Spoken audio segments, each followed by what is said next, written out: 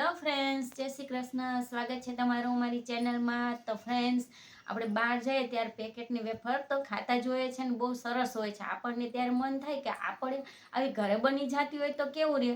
તો સરસ ઘરે એકદમ ક્રન્ચી ટેસ્ટી એવી જ વેફર ઘરે કઈ રીતે બનાવીને આજે હું તમને શીખવવાની છું, જે બહુ સરસ બને છે અને એક જ એવી વસ્તુમાંથી સરસ ઘરે બનીને તૈયાર થઈ જાય છે. તો આ વેફરને તમે 15-20 દિવસ સુધી સ્ટોર પણ કરી શકો છો એરટાઇટ ડબ્બામાં. તો વિડીયોને એન્ડ સુધી તમે જરૂરથી જોજો, તો તમને પણ મન થઈ જશે કે ચાલો ને હું પણ વેફર બનાવી લઉં ફટાફટ. તો ચાલો મોડું ન કરતા આપણે વેફર બનાવવાનું ચાલુ કરીશું. તો ફ્રેન્ડ્સ, જો વેફર બનાવવા માટે તમારે અહીં આ રીતના લાલ છાલવાળા બટેટા આવે છે એ લઈ લેવાના છે, જે બજારમાંથી હવે આસાનીથી મળી જાય છે. આની વેફર આપણે આજે બનાવવાની છે. તો સૌથી પહેલાં તમારે તેલ ગરમ કરવા મૂકી દેવાનું છે, કારણ કે આ વેફર બનાવશું ને ત્યારે તેલ એકદમ ગરમ હોવું જોઈએ. એટલે સૌથી પહેલાં તેલને ગરમ કરવા મૂકી દેવાનું. ત્યારબાદ બટેટા જે લીધા છે એમાં 500 ગ્રામ જેટલા લીધા છે.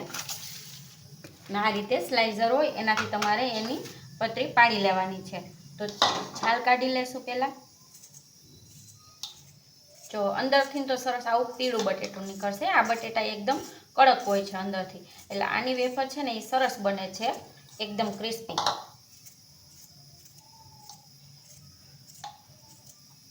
આ રીતે છાલ કાઢી લઈશું. 2 બટેટાની અત્યારે કાઢી લઈ. આને નથી આપણે પાણીમાં નાખવાના કે નથી બાફવામાં, ડાયરેક્ટ વેફર બનાવવાના છીએ, તો પણ સરસ ક્રિસ્પી બનવાની છે, જે આગળ તમને હું બતાવવાની છું. જો આ રીતે છાલ આપણે કાઢી લીધી છે. હવે આ રીતે પાતળી જે બ્લેડ હોય ને એ તમારે લેવાની. પછી તમને જે પસંદ હોય એ પણ લઈ શકો છો. જાડી હશે તો આ વેફર તો સરસ જ બનશે, પણ પાતળી હશે ને તો બજારમાં મળે છે ને એવી જ સરસ દેખાવમાં લાગશે. જો આ રીતે સરસ પાતળી બનાવી લીધી છે. તો પહેલાં એક બટેટાની આપણે વેફરને બનાવી લઈ. ત્યાં તેલ ગરમ થઈ જાય પછી તળવાની છે ડાયરેક્ટ.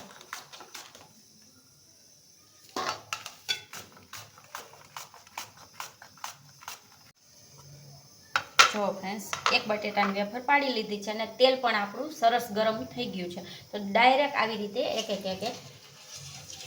એમાં જે આપણે પતરી પાડી છે એ નાખતું જવાનું છે. તમારે કઢાઈમાં સમાય એટલી બધી નાખી દેવાની. તમે ઝાઝી નાખશો ને તો પણ તમારી આ પતરી છે એ ચોટશે નહીં અને સરસ છૂટી છૂટી રહેશે. તો સમાય એટલી અત્યારે નાખી દઈએ આપણે. તમે ડાયરેક્ટ પણ તેલમાં પાડી શકો છો ને આ રીતે પણ કરી શકો છો.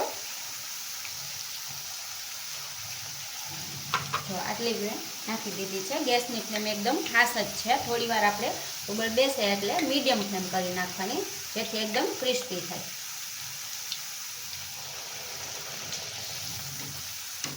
હવે હલાવી લેશે. હવે ગેસની ફ્લેમ મીડિયમ કરી નાખવાની અને ક્રિસ્પી થાય ત્યાં સુધી સતત આ રીતે હલાવતું રહેવાનું. તો ફ્રેન્ડ્સ, આમાં ન તો આપણે કંઈ મીઠાવાળું પાણી નાખવાની જરૂર છે, કંઈ કરવાનું નથી, તો પણ તમારી વેફર સરસ ક્રિસ્પી થશે. જે આગળ હમણાં તળાઈ જાય એટલે હું તમને બતાવું.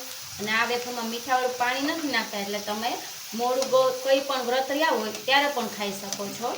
મીઠા વગરનું જ્યારે ખાવાનું હોય ત્યારે યુઝ કરી શકો છો આ વેફરને. જો સરસ ક્રિસ્પી થવા માંડી છે. 1 થી 2 મિનિટમાં જ સરસ હમણાં ક્રિસ્પી થઈ જાય હું તમને બતાવું.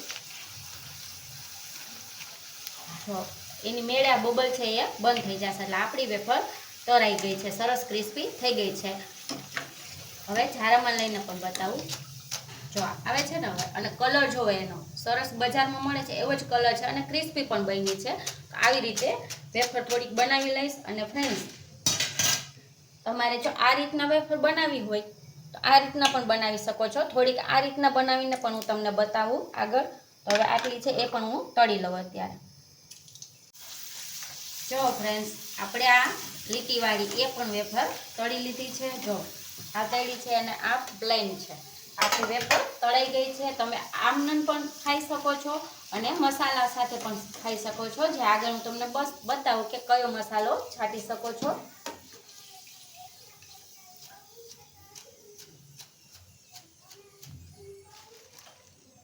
જો ફ્રેન્ડ્સ, એક બાઉલ લઈ લેવાનો છે. તમારે મસાલો એડ કરવો હોય તો આ રીતે એડ કરવાનો છે.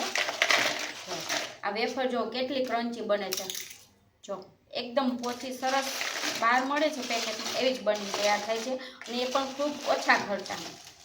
તો એક બાઉલમાં વેફર લઈ લેવાની. હવે એમાં આપણે લાલ મરચું પાવડર નાખીશું. એ તમારા ટેસ્ટ મુજબ વધારે ઓછું નાખી શકો છો. અને આ ફરાળી મીઠું છે એડ કરવાનું, કારણ કે આપણે ફરાળમાં યુઝ કરવાના છીએ અને આપણે તળવા ટાઈમે મીઠાવાળું પાણી કે કાંઈ એડ નથી કર્યું એટલે નિમક નાખવાનું. આ રીતે સરસ હલાવી લેશું.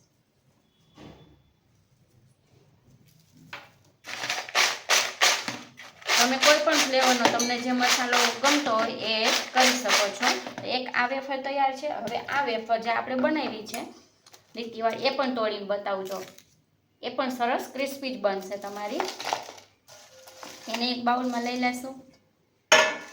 હવે આપણે એમાં અલગ મસાલો એડ કરવાના છે. આ છે મરી પાવડર છે એ એડ કરીશું.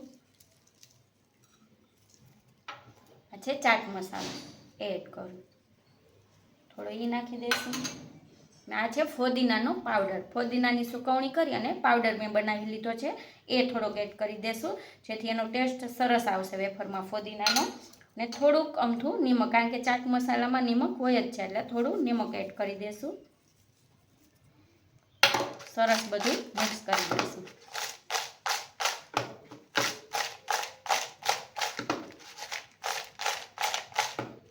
સરસ બનીને તૈયાર થઈ ગઈ છે આપણી 2 વેફર. તો ફ્રેન્ડ્સ, હવે કંઈ પણ ગભરાવાની જરૂર નથી. જ્યારે પણ તમને બહાર જે વેફર ખાવાનું મન થાય તો બસ આવા લાલ છાલવાળા બટેટા તમારે બજારમાંથી લઈ આવવાના અને ફટાફટ આ વેફર બનીને તૈયાર થઈ જાય છે. તો તમને મારી આ રેસીપી ગમી હોય તો વિડીયોને લાઇક અને શેર કરી દેજો, ચેનલને સબસ્ક્રાઈબ કરી દેજો. ફરી મળીશું નવા વિડીયોમાં. Thank you.